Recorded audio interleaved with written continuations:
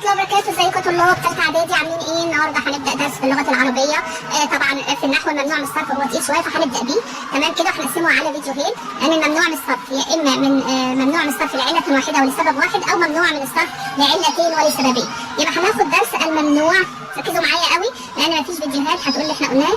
من الصرف خلاص نوعين، يا اما يكون اهو ممنوع من الصرف لعلة واحدة ولسبب واحد. تمام؟ ممنوع من الصرف لعلة واحدة ولسبب واحد. الثاني النوع الثاني طبعا اهو ممنوع من الصرف لعلتين ولسببين. العلة هي السبب طبعا. طيب هتسألوني يعني ايه اساسا الممنوع من الصرف؟ ماشي؟ الممنوع من الصرف يعني ممنوع من التنوين. تمام؟ نقولها أغنية. الممنوع من الصرف ممنوع من التنوين. ها، الممنوع من الصرف ممنوع من التنوين. لا يقبل أي تنوين، لا يقبل أي تنوين، لا بضمتين ولا فتحتين ولا كسرتين، فلا ينون أبدا يا حسين. حلو الكلام؟ يعني مثلا كلمة محمد أهي، أو إنها بقى محمدا. محمد أهي ده التنوين. في طبعا أسماء ممنوعة من الصرف. خلصنا؟ طيب نقول الأغنية دي. تمام؟ نقولوا الأغنية دي. تمام؟ قولوا ورايا. الممنوع من الصرف ممنوع من التنوين. الممنوع من الصرف ممنوع من التنوين. فلا يقبل أي تنوين. تمام؟ لا بضمتين. تمام؟ ولا فتحتين ولا كسرتين، فلا ينون ابدا. يحسن بقى يا اي حاجه. خلاص تاني. الممنوع من الصرف ممنوع من التنوين. فلا يقبل اي تنوين، لا بضمتين ولا فتحتين ولا كسرتين، فلا ينون ابدا يا حسين. قولوا اي حد بقى. خلاص كده؟ طيب زي ما عرفنا سابقا في اغنيه انا هقولها لكم كده. زمان كنا عارفين ان في اسماء معربه. خلاص الاسماء المعربه من حيث النوع ومن حيث العدد. هنقول الاسماء المعربه من حيث العدد ومن حيث الاعراب. خلاص يبقى الاسماء المعربه زي ما عرفنا سابقا ان الاسماء المعربه يا اما من حيث العدد هنقولها، يعني يا اما ايه مفرده او جمع تكسير. خلاص كده؟ طيب وطبعا المفرد وجمع التكسير زمان كنا بنرفعها بالضمه وتنصب بالفتحه وتجر بالكسره. خلاص كده؟ يبقى عرفنا ان الاسماء المعربه من حيث العدد. الأسماء المعربة من حيث العدد إيه؟ يا إما بتكون أسماء معربة مفردة، يا إما أسماء أسماء معرب جمع تكسير. خلاص كده؟ يا إما نقول أسماء، معلش أنا كتبت اسمه معرب، أنا المفروض اسمه معرب. خلاص كده؟ مفرد واسمه معرب جمع تكسير. الاثنين خلاص كده؟ الاثنين مالهم يرفعوا بالضمة. علامات الإعراب يرفعوا بالضمة وينصبوا بالفتحة ويجروا بالكسرة. حلو الكلام؟ ندخل على الأسماء المعربة. خلاص كده؟ من حيث الإعراب. ماشي؟ ندخل على اهي دي الاسماء المعربه من حيث العدد. ندخل على الاسماء المعربه من حيث الاعراب. واخدين بالكم؟ دي نوعين. حلو. دي ايه؟ من حيث الاعراب دي نوعين. النوع الاول حلو، احنا مالناش دعوه بقى من حيث العدد مفرده وجمع تكسير هنقولها بعدين. خلاص كده؟ طيب النوع الاول يبقى الاسماء المعربه من حيث الاعراب نوعين. الاسماء المعربه من حيث الاعراب يا ولاد نوعين. النوع الاول اسم معرب منون ومصروف. مصروف يعني ايه؟ قلت لكم بننونه زي ما قلت لك محمدا. تمام كده؟ ده النوع الاول. خلاص كده؟ ندخل على النوع الثاني. النوع الايه؟ الثاني اللي احنا في درسنا ده. خلاص؟ اسم معرب غير منون وغير مصروف. يعني ايه غير مصروف؟ مش مصروف اللي بناخدوه المدرسه، لا، اي ممنوع من الصرف، وهنقوله حالات. طب إذا كان بقى حلو الكلام، إذا كان نكرة، فالاسم النكرة هنا ماله؟ يجر، ركزوا معايا، يجر بالكسرة. الاسم النكرة هنا يجر سوري، يجر بالفتحة، أنا آسفة، يجر بالإيه؟ بالفتحة. ركزوا معايا عشان متعودين احنا بنقول يجر بالكسرة على طول، لا، الاسم النكرة هنا يجر بالإيه؟ بالفتحة. خلاص كده؟ تمام؟ طيب. ندخل على، فهمنا الدرس ده؟ ندخل على اللي بعده. ماشي يا ولاد؟ قلنا ندخل على اللي بعده. الاسم الممنوع من الصرف ينقسم إلى، خلاص، نوعين. يبقى الممنوع من الصرف ينقسم لنوعين. ممنوع من الصرف ينقسم إيه؟ نوعين. خلاص كده؟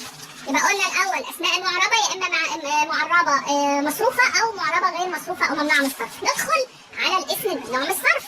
حلو، نوعين. أولا الاسم الممنوع من الصرف لسبب واحد ولعلة واحدة. تمام؟ ثانيا الاسم الممنوع من الصرف لسببين ولعلتين. تاني هندخل على الاسم الممنوع من الصرف لسبب واحد ولعلة واحدة. خلاص؟ في منه أشكال. في منه إيه؟ أشكال. 3 أشكال. في منه 3 إيه؟ أشكال. يبقى الاسم الممنوع من الصرف لسبب واحد والعلة واحدة له 3 أشكال. 3 إيه؟ أشكال. حلو الكلام؟ طيب، أول شكل ممنوع من الصرف لعلة واحدة أو لسبب واحد، صيغة منتهى الجموع، إما بحرف أو حرفين. بحرفين أو 3. سوري. تاني، اسم ممنوع من الصرف لعلة واحدة لسبب واحد، صيغة منتهى الجموع. حلو الكلام؟ فيه إيه تاني؟ صيغة منتهى الجموع ماله؟ جمع التكسير، فيه ألف بعده حرفين أو فيه ألف بعده 3 حروف. ده أول شكل. الشكل الأول. الشكل الإيه؟ الأول. نقوله إيه؟ صيغة، ماشي؟ منتهى. هنقول الشكل الأول أهو. اسم ممنوع من الصرف لعلة واحدة والسبب واحد. صح كده؟ صيغة منتهى الجموع. ها؟ صيغة منتهى الإيه؟ الجموع. يعني جمع تكسير، ها؟ فيه ألف بعده حرفين. خلاص كده؟ الشكل الأول. ها؟ فيه بعده حرفين، أو برضو جمع تكسير فيه ألف بعده 3 حروف. ده الشكل الايه؟ الاول. تاني الشكل الاول، اسم ممنوع من الصرف لعله واحده والسبب واحد، صيغه منتهى الجموع، جمعي تكسير فيه الف بعده حرفين او جمعي تكسير فيه الف بعده 3 حروف. بعده 3 حروف مالها؟ بعد 3 حروف مالها؟ ها؟ في الحرف الاوسط. بعد في الحرف الاوسط بين ال3 حروف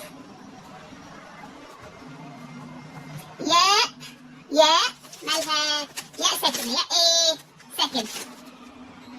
مش فاهمين يا ميس انت بتقولي ايه؟ هناخد اول حاجة اللي هي الالف دي اهي، ماشي؟ صيغة منتهى الجموع، جمع تكسير. ناخد الاول فيه الف بعده حرفين. حلو الكلام؟ خدوا على اوزان بقى كده، ايه؟ خدوا مني وما ما ترجعوش ورايا، خدوا منه وايه واتكلوا على رب العالمين. على وزن فاعل، احفظوها كده. ما فاعل، فواعل، فاعل، فاعل. تمام؟ ناخدوا مثال على وزن فاعل. زي ايه بقى؟ قولوا لي كده على وزن فاعل الشاطر. ها؟ فوائد، حدائق، عوائق. ده مثال اللي هو صيغه منتهى الجموع. بصوا بصوا بصوا. ها؟ قبل الالف حرفين، بعد الالف حرفين، قبل الالف حرفين، بعد الالف حرفين. حلو الكلام؟ ركز معايا قوي يا حسين. ها؟ فاعل يبقى فوائد. جمع التكسير ده ولا هو حذاري من جمع المذكر السالم وجمع المؤنث السالم؟ مش معانا. جمع التكسير هو اللي معانا، جمع المذكر السالم، جمع المؤنث السالم مش معانا. خلاص نقولها هنا، جمع مذكر سالم جمع مؤنث سالم مش معانا. تمام كده؟ خدنا الوزن فعائل، فوائد، حدائق، عوائق. خلاص، طب ندخل لمثال 2. الوزن مفاعل. مفاعل يا ولاد زي مساجد، مباهج، مناهج، منازل، مبادئ. كفايه كده اهي، برضه الالف قبلها حرفين بعدها حرفين. مفاعل، مساجد، مباهج، مناهج، منازل، مبادئ. احفظوا الاغنيه واي كلمه هتيجي على وزنها هتعرفوها. ندخل على وزن مثال، على وزن ايه؟ فواعل. على وزن ايه؟ فواعل. ندخل على وزن فواعل زي كلمه ايه؟ بوادر، نوادر. ماشي، بوادر، نوادر. تمام كده؟ طيب مثال على وزن افاعل. ايه؟ زي اكابر، اصاغر. صح كده؟ طيب مثال على وزن مين؟ فعالي زي صحاري، مباني، مساعي، جواري. بس جواري يعني الوزن حلو. تمام كده؟ خلصنا؟ طيب ماشي، ندخل على اللي بعده.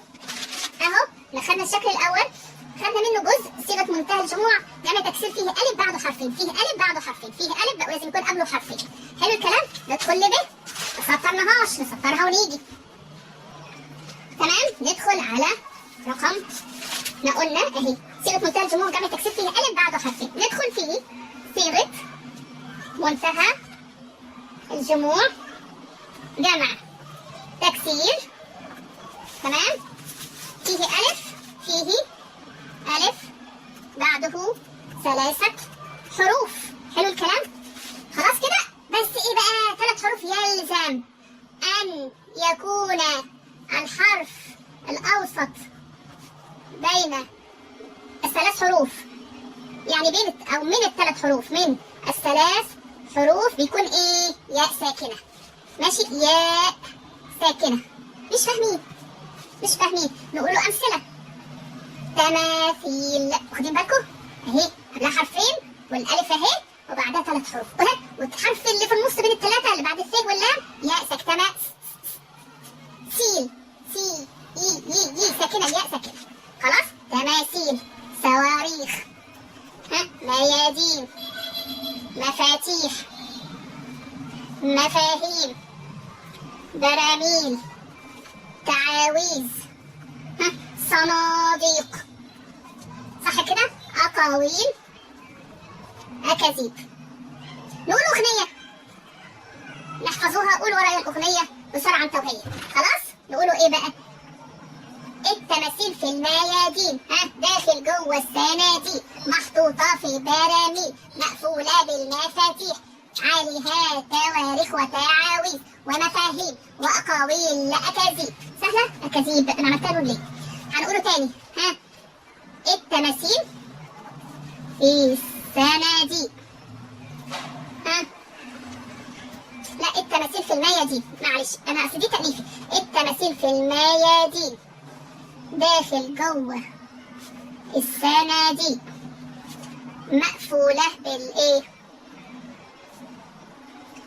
بالمفاتيح، محطوطة بالبراميل، محمية بالصواريخ، عليها تعاويذ وأقاويل ومفاهيم لا أكاذيب. نقول الأغنية بشكل تاني مش شرط. التماثيل في الميادين داخل جوه الصناديق، مقفولة بالمفاتيح، محطوطة في البراميل، خلاص، محمية بالصواريخ، عليها تعاويذ وأقاويل ومفاهيم لا أكاذيب. ده الشكل الأول، ودي تقريبا الإيه زي ما بيقولوا كده بعض الكلمات المشهورة. خلاص، ندخل على الشكل الثاني. الشكل الثاني. حلو الكلام. الشكل الاول ممنوع من الصرف لعله واحده او لسبب واحد بصيغه منتهى الجموع جمع التكسير، يا اما فيه الف بعده حرفين او الف بعده 3 حروف. هندخل في الشكل الثاني، اسم ممنوع من الصرف لعله واحده او لسبب واحد مختوم ومنتهي بالف تانيث مقصوره. تاني هنقول عليها ايه؟ اسم ممنوع من الصرف لعله واحده ولسبب واحد مختوم ومنتهي بألف تأنيث، بألف التأنيث الايه؟ المقصورة. لازم تكون ايه؟ مؤنثة. الكلمة لازم تكون ايه؟ لازم مؤنثة. لازم ايه؟ مؤنثة. في نوعين منها، يا اما على صيغة اسم تفضيل، يا اما على صيغة اسم تفضيل، يا اما المصادر، على هيئة المصادر، مصدر مش تفضيل خالص. اسم تفضيل زي ايه مثلا؟ على وزن فعلى، مثل كبرى، صغرى، فضلى، بشرى، عليا، دنيا. تمام كده؟ طيب المصادر ملهاش افضليه ولا حاجه. المصادر زي كلمه ايه بقى يا ولاد؟ جوعه، ذكرى، نجوى، مرضى. تمام كده؟ حلو. طيب خلاص. طب افرض، خلي بالكم كلمة عليا ودنيا، دنيا دي وبشرى، خلي بالكم من دنيا وبشرى وهدى وعصا وعلا. ليه بقى؟ هقول لكم ليه. يا اما لا تمنع من الصرف، خلاص كده، اذا كانت اسم علم مؤنث، فكده ايه؟ ممنوع من الصرف. لو كانت اسم علم مؤنث تبقى ممنوعة من الصرف لعلتين هناخدوها بعدين، لعلتين هناخدوها ايه؟ بعدين. حلو كده؟ طيب كلمة عصا، هات الأصل من عصا، أصلها واو. هات مثناها لو معرفتش تجيبها المثنى بتاعها، عصوان. علا، الأصل بتاعها واو، علو. صح؟ هات المصدر أو المثنى، علو. فاهمين؟ طيب كلمة فتي ما تنفعش لأن دي مش مؤنثة. ماشي. كلمة اللهم صل على سيدنا محمد، احنا قلنا كلمة فتي مش مؤنثة. خلاص كده؟ مستشفى. ماشي خلاص. المهم كل الحاجات دي وهدى دي لأنها اسم علم، لكن لو كانت على وزن هدى اللي هو الهداية، يعني في سبيل الله هدى للمتقين، لا بتختلف. ماشي كده؟ خلاص. في حتة أنا كنت فاكراها وأنا بكتب ونسيتها. ماشي. المهم انا مش فاكراها دلوقتي، بس هنحاول نفتكرها بعدين سوا مع بعض. ماشي كده؟ طيب احنا خدنا الشكل الثاني اهوت، اللي هي كلمه مكسوره. يعني ايه؟ عصا بتكتب ياء وايه وتنطق، مثلا تكتب الف وتنطق ياء، زي صغرى دي المكسوره. ماشي. طيب المهم اسم التفضيل، خلي بالكم اسم التفضيل ده لابد ان يكون اخره، والمصادر برضه نفس الكلام، اخره الف لازمة مفتوح ما قبلها. نفس الكلام، لابد أن يكون آخره ألف لازمة، زي كلمة إيه؟ مفتوح ما قبلها، نجوى، دن، يا مفتوحة أهي، والألف لازمة، دنيا. حلو الكلام؟ تمام. مفتوح ما قبلها. معنى إيه الألف لازمة؟ لو قلتي الألف لازمة، معنى الألف اللازمة يعني إيه؟ الألف اللازمة يعني ثابتة ودائمة في نهاية الكلمة، أي ثابتة. صح كده؟ ثابتة ودائمة في نهاية الكلمة. زي ما قلت لكم عصا أصلها واو، بس ليها أصل، مثناها قلناها عصوان. حلو الكلام. طيب افرضوا جه الاسم مكسور ولكنه مذكر، ايه رأيكم؟ ينفع؟ لا يجوز أن يكون ممنوعا من الصرف. لا يجوز أن يكون ممنوعا من الصرف. حلو الكلام؟ حلو. رغم إنه مفرد أهو. لا، لأنه إيه عيبه؟ مفرد عيبه. لأنه مفرد، لو قلنا جمع التكسير، لأنه مفرد وإيه تاني؟ مفرد ممكن نقوله العلم مثلا، ما ممكن يكون اسمه مفرد علم. ولأنه إيه كمان الأهم؟ مذكر وليس مؤنث. طب قولوا لي كده، رضا ينفع يا ولاد؟ مرتضى لا، يسري، مصطفى. كل دول ليسوا ممنوعين من الصرف. حلو الكلام؟ ندخل على الشكل الثالث اهو. دخلنا اهو نمرة 3 الشكل الثالث اللي هو ايه بقى؟ اسم معرب ممنوع من الصرف لعلة واحدة ولسبب واحد. ماله؟ مختوم ومنتهي. ماشي؟ بألف التأنيث الممدودة مش مكسورة. دي التالتة بقى، الحالة التالتة. يبقى الحالة الأولى اللي هما كله احنا بنتكلم النهارده عن علة واحدة والسبب واحد. أول حاجة قلنا الشكل الأول ماله؟ الشكل الأول يا ولاد ماله؟ إن يكون يا إما جمع تكسير آخره ألف وراءه حرفين، أو ألف وراءه 3 حروف. أدي شكل. الشكل الثاني يكون منتهي بألف تأنيث مكسورة زي دنيا، كبرى، قلنا بشرى مش تمام؟ طيب من ضمن اللي احنا قلنا ألف تأنيث ممدودة. ألف تأنيث ممدودة يعني آخره همزة قبلها ألف زائدة عن في مصدره. يعني مش فاهمين؟ خلي بالكم يا إما ألف زائدة في مصدره أو آخره آخر الأصل أو المصدر أو آخر مصدره حرف علة. مش فاهمين يعني إيه؟ أهو